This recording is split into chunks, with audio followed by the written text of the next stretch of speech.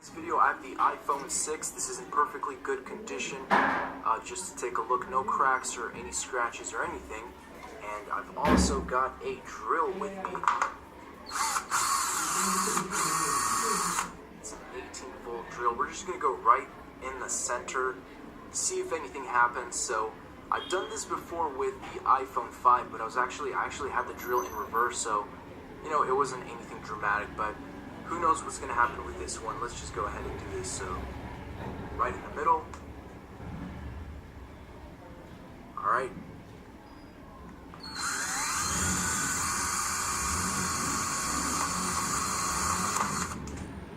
Whoa. Let's just take a closer look at this. Wow. That is crazy. Look at that light. Let me go ahead. So it didn't actually puncture, it just got inside, but the thing is, it still works. Look at that. Still. Oh, okay. So I found this thing here. It was just right next to the table in half. So it broke. But here's the iPhone, guys. So that is pretty crazy.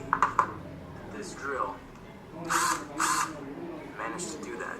Thanks for watching, guys, and as always,